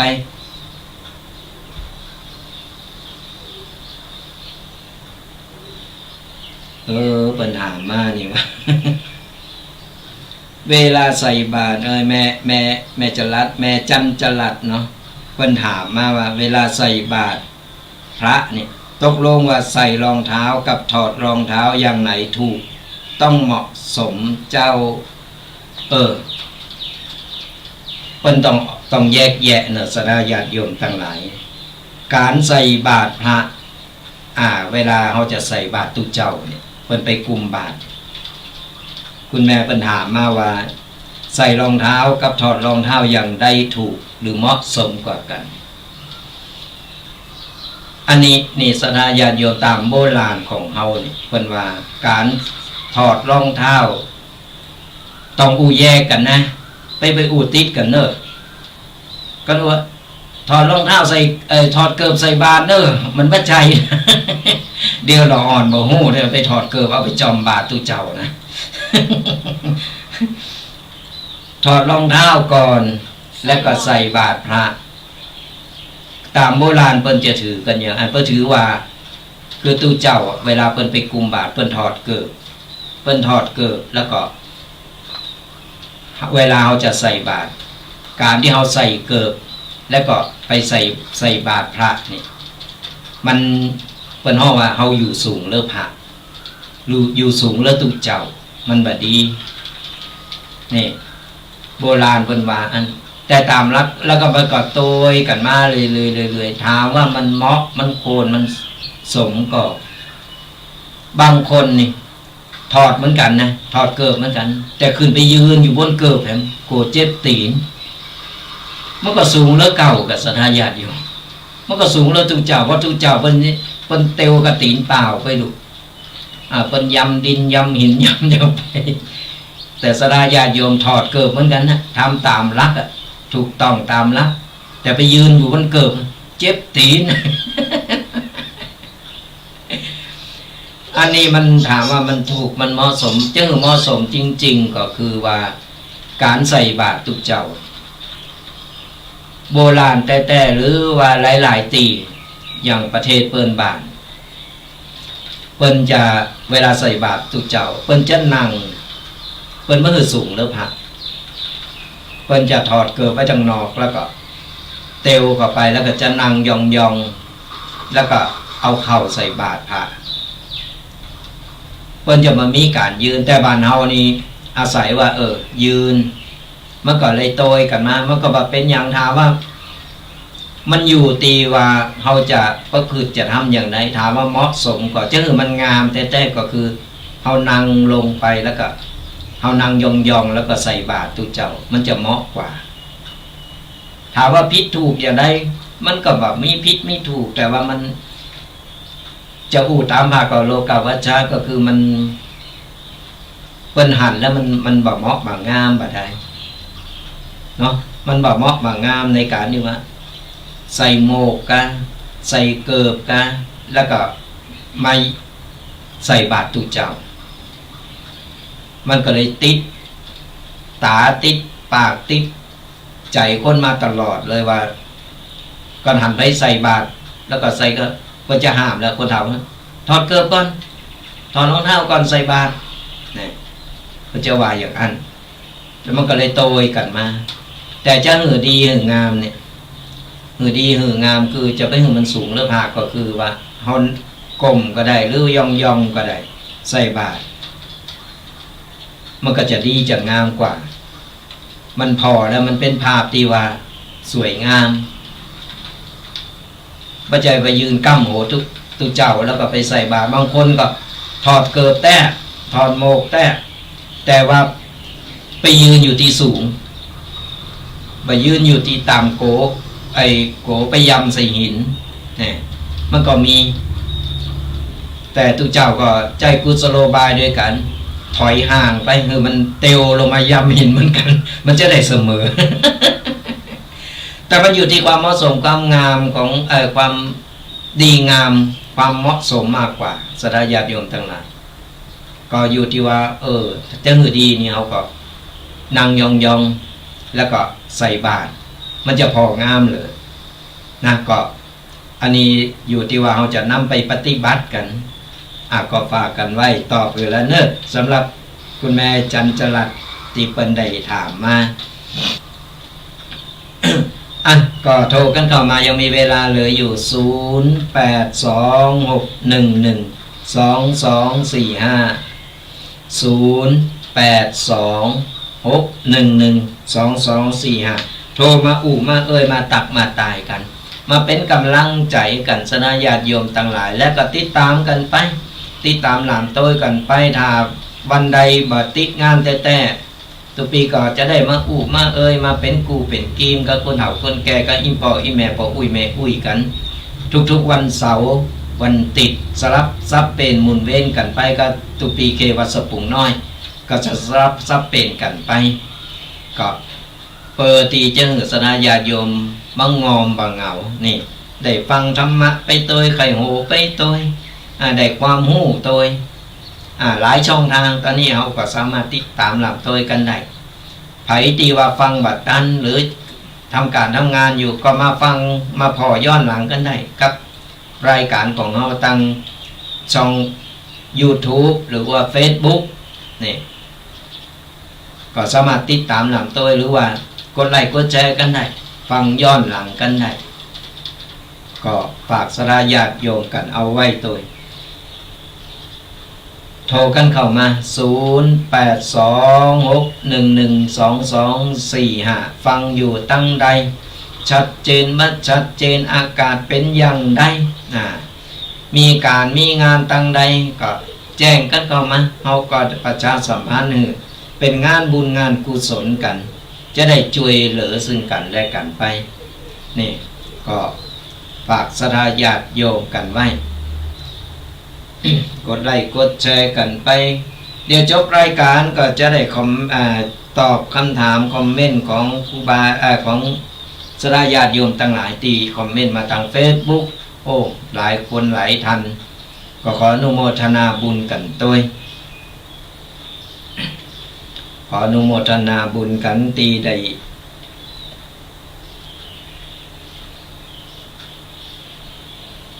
เปิดคอมเมนต์มาเดี๋ยวจะตอบเนะเดี๋ยวจะตอบทีละขอกันไปคอมเมนต์กันมานักมาหลายก็อนุโมทนาบุญเป็นบุญเป็นกุศลใครกดไลค์กดแชร์ได้ก็แชร์บุญไปบุญนี่แหละที่ว่าเฮาทำบุญโดยที่ว่าเฮาบ่งูโตกดไลค์กดแชร์จากคนที่ว่ากำลังหาตั้งออกบ่ได้กำลังเจอตังตันอย่างได้ก็ตามเพิ่นได้ฟังธรรมะแล้วเพิ่นผ่อนคลายไปเพิ่นได้หูได้หันเพิ่นก็จะได้เฮาก็ได้บุญได้กุศลกันไปเนี่ยเป็นการสร้างบุญเพิ่นว่าแชร์บุญแชร์ธรรมะนี่เป็นบุญมหาศาลกันแล้วก็จะไปลืมศรัทธาญาติโยมตอนต้นรายการได้ไปแล้วว่าใครมีลูกมีหลานก็สามารถนำไปโบสถ์กันได้ยังตันอยู่บวชภาคฤดูร้อนนี่จะโบสถ์ในโครงการหรือจะโบสถ์เองก็ได้แต่ก็ยังน้อยละอ่อนได้เข้าวัดเข้าว่าได้โบสถ์ได้ขัดเกลาจิตใจได้มีธรรมะคอยชโลมร่างสนิมในใจของละอ่อนออกได้นี่ก็ นำไปโบสถ์กันไก่วัดไก่ว่าไปอยู่ตั้งใดเพิ่นมีโบสถ์ก็เอาไปฝากครูบาอาจารย์เพิ่นพอเราอ่อนยิงไก่เทศกาลนี่เราอ่อนมันตึงเกมพร้อมเลยเหมือนเฮาเป็นวัยรุ่นสมัยตะก่อนมันตึงโอ้ยตื่นเต้นเนอะไก่ปีใหม่เมืองเราแล้วตื่นเต้นไปย้อมสีผม สีนั่นก็ว่าเตอสีอันนั้นก็ว่าป้อเตอปดต้องเกมกันก็ผ่านมาแต่ว่าบัดเดียวนี้อย่างที่บอกแล้วว่ามันวัยเนี่ยตอนนี้มัน5G ไปแล้ว 5G แล้วกับทีนี้เราอ่อนมันไวเกินไป12 13นี่ขาฟันกันยิงเทศกาลนี่ยิงตรงหน้าเป็นห่วงขนาดเลยลองกันเฮาเนี่ยได้เอาละอ่อนไปคัดเกลาละอ่อนไปอยู่วัดอยู่ว่าไปโบสถ์ในช่วงปิดเทอมนี่ละอ่อนก็จะได้ศึกษาธรรมะคนมีครูบาอาจารย์มีพระปีเร่งคอยดูแลอยู่เฮาก็มดโหงไปว่าต้องไปกังวลละเฮาก็จะได้ไปทำบุญได้สบายใจกันอันนี้เฮาต้องโตอยู่วันนี้ใจโหป่านนี้มันไปเอี่ยวที่ไหนมันไปอยู่ตั้งใดมันยังบ่ติดมาสักเติมมาถึงส่วนอันบุญก็ตกหล่นไปหมดเนี่ยเป็นหงเป็นใยเพราะอย่างน้อยละอ่อนมันอยู่นี่มันก็ยังเฮาก็มดหงละอ่อนมันก็จะมีความปลอดภัยพอเพิ่นมีครูบาอาจารย์มีพระปีเร่งคอยดูแลคอยสั่งสอนคัดเกลาจิตใจซึกออกไปจบโครงการซึกออกไปละอ่อนมันก็ยังได้ของดีติดโตไปมีก๊อกกำบังเวลาจะไปทำอะไรอย่างพิเวลาจะไปทำอย่างมันจะนึกถึงนะพระปีเร่งเพิ่นเคยบอกอย่างครูบาอาจารย์เพิ่นสอนอย่างอันนี้บดีอันนี้บดีนี่อย่างน้อยมันก็ได้ติดไปผ่องได้ของดีติดออกไปผ่องเพราะฉะนั้นสนับสนุนกันคือเราเราอ่อนได้ออกได้เข้ามาโบสถ์เป็นนอเนอร์ของพระพุทธศาสนากันเพราะว่าเราอ่อนบัดเดียวนี้มันห่างเหินห่างไกลศีลธรรมคุณธรรมจริยธรรมกันไปก็ฝากศรัทธาญาติโยมถ้าไผตีว่ามีละละอ่อนมีลูกมีหลานแล้วยังบ่ฮู้จะไปหาที่โบสถ์ที่ไหนยังได้ก็โทรกันเข้ามาได้หลังไม่ก็โทรมาปรึกษาได้ตุปีก็จะจัดสรรหาสถานตีหือวัดที่นี่มอกก็ที่นี่ตีจะหือไปโบสถ์ไปกัดเก้าไปทำอย่างก็แล้วแต่ที่ว่าเขาจะเอาความสะดวกของศรัทธาญาติโยมกันทุกปีก็จะแนะนำหือสนับสนุนกันว่าต้องไปโหงว่าต้องไปโกว่าเราอ่อนจะไปอย่างอันอย่างอี้พออยู่ในผ้าเหลืองอยู่กับตุเจ้าพระเนรเขาสบายใจได้อาราธนาญาติโยมทั้งหลายหลังจากที่ไปมารอโทรศัพท์ก็ดับแซบไปแล้วก็เวลาเหลือ5 นาทีตุปีก็จะได้ปันป้อนหือกับศรัทธาญาติโยมกันตั้งอกตั้งใจนะหับปอนกันนะก็ขอศรัทธาญาติโยมจุผู้จุคนจงหายทุกข์หายโศกหายโรคหายภัยหายเจ็บหายไข้นึกหวังสิ่งใดก็ขอสมปรารถนากุสิ่งกุประการเงินทองไหลมาเทมาอย่าได้ขาดสายของเงินต่อเงินต่อเงินต่อเงินทำการงานใดๆเจริญก้าวหน้าทำมาค้าขายร่ำรวยทำไมทำสวนได้ผลผลิตเจริญงอกงามขายได้ราคาสุขภาพร่างกายแข็งแรงแข็งขาดปลอดภัยอายุมั่นขวัญยืนมีโจกมีใจนึกหวังสิ่งใดก็ขอสมปรารถนากุสิ่งกุประการขอหูโจกดีกันจูผู้จูคนเนอขอเจริญพร